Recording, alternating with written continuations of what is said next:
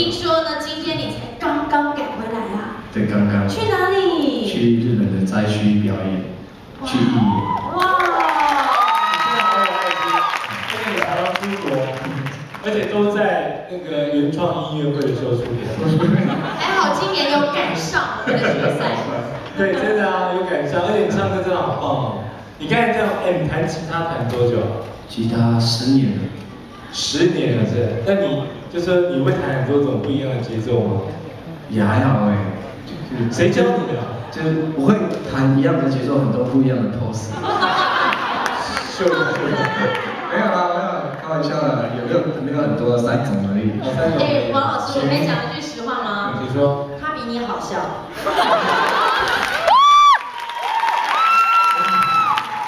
那个老师，我可以跟你讲一句话。我没有要搞笑。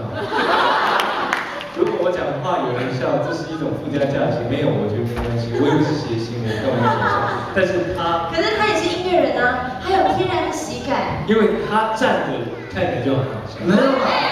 对，他有一种那种，我讲原住民，接下来我访问原住民的这一种，一定会很开心。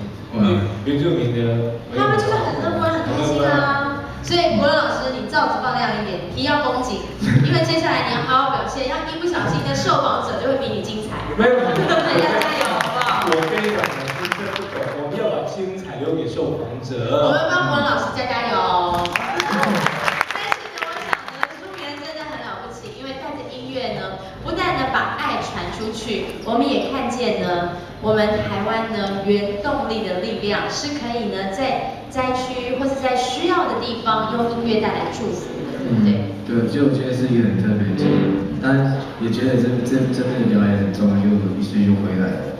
很棒，我们非常非常的欣赏你今天的演出，也谢谢你呢，不但得了金曲奖，不但呢乐意奉献你的爱心，也乐意把这么好的音乐带给我们，谢谢。谢谢，掌声鼓励，谢谢，谢谢。